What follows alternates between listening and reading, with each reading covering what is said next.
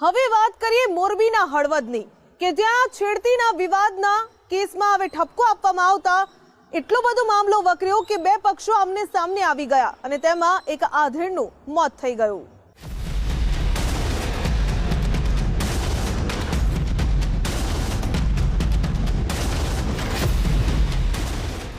મોરબી જિલ્લાના હળવદમાં અંગત અદાવતમાં થયેલી બોલાચાલી લોહિયાળ મારામારીમાં પરિણમી। બસ સ્ટેશન પાછળ આવેલા વાસમાં એક સમાજના બે જૂથ વચ્ચે બબાલ થઈ।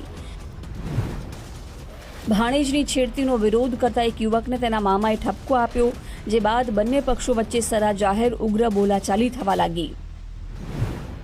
હુમલાખોરોએ તેમના ઘરે શ્રીમંતનો પ્રસંગ પતી ગયા બાદ હત્યા કરવાની ધમકી ઉચ્ચારી હતી। આ વાત ગણતરીના દિવસોમાં બરાબર સાચી પડી।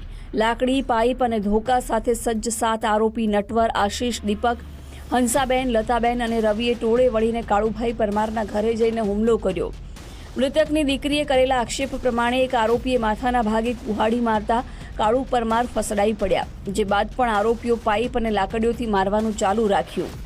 આસપાસના એકઠા થયેલા લોકોએ ગંભીર રીતે ઇજાગ્રસ્ત કાળુભાઈ પરમારને પહેલા હળવદ અને પછી રાજકોટ સિવિલમાં દાખલ કર્યા।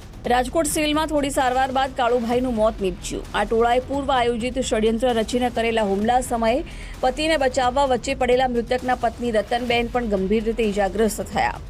સેન્ટિંગનું કામ તેમજ પાનનો નાનો ગલ્લાથી પરિવારનું ગુજરાન ચલાવતા 44 વર્ષીય કાળુભાઈ પરમારની હત્યાથી પરિવારજનોમાં રોષ ફેલાયો। નટુભાઈ પરમાર અમારા ઘરે આવીને મારા સાસુને અને સસરાને ધોકા વડે પહેલાં માર્યા। મારા ઘરવાળા અને હું અમે બંને ઉપર હતા। અમને બેને પહેલાં મારવા આવ્યા।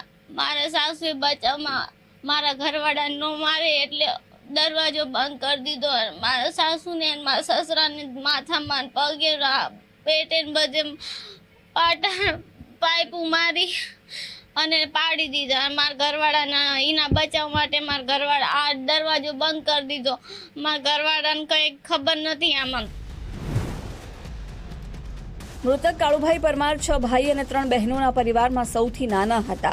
એક નજીવા વિવાદે ઉગ્ર સ્વરૂપ ધારણ કરતા મૃતકના 2 દીકરા અને 5 સંતાનો પરથી પિતાનું છત્ર છીનવાઈ જતા પરિવાર શોકમાં ગરકાવ થઈ ગયો। મૃતકની દીકરીએ તેના પિતાની હત્યામાં સામેલ 7 લોકોની ધરપકડ કરીને પોલીસ કડક સજા અપાવે તેવી માંગણી કરી।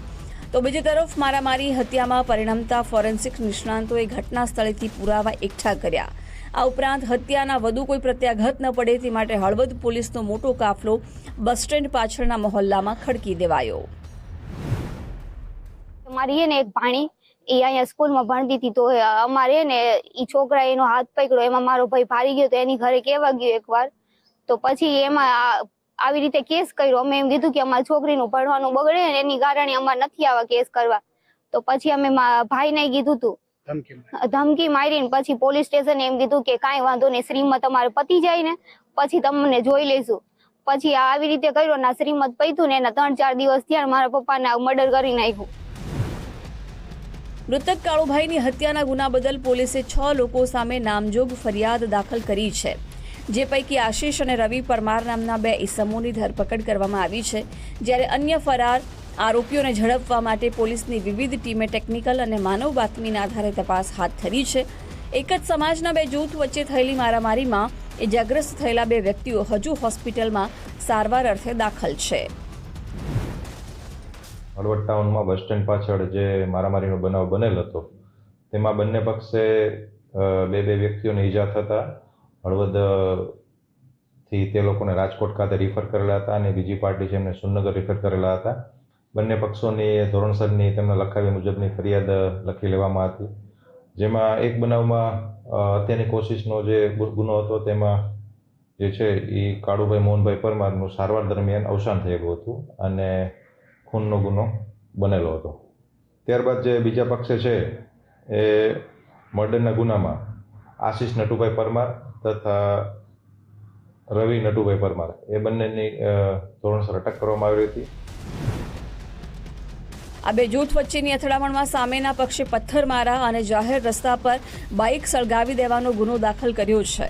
આ હત્યાના કેસમાં ફરાર નટવર પરમાર પસાર થતા હતા ત્યારે મૃતક કાળુભાઈ અને તેના પુત્ર જયેશે હુમલો કર્યો હતો। જેમાં નટવર પરમારને આંગળીમાં ફ્રેક્ચર થતાં 4 ટાંકા આવ્યા હતા. એક સામાન્ય છેડતી વિવાદમાં બંને પક્ષોએ ઉશ્કેરાટમાં આવીને સામસામે હુમલો કર્યો. આ કેસમાં પોલીસ તટસ્થ તપાસ કરીને દોષિતોને ચોક્કસ દંડશે, તો બીજી તરફ સમાજના આગેવાનોની મદદથી બંને પક્ષોને સમજાવીને હવે શાંતિ જાળવે તેવા પ્રયાસો હાથ ધરાયા છે. નિલેશ પટેલ, ગુજરાત ફર્સ્ટ, હળવદ.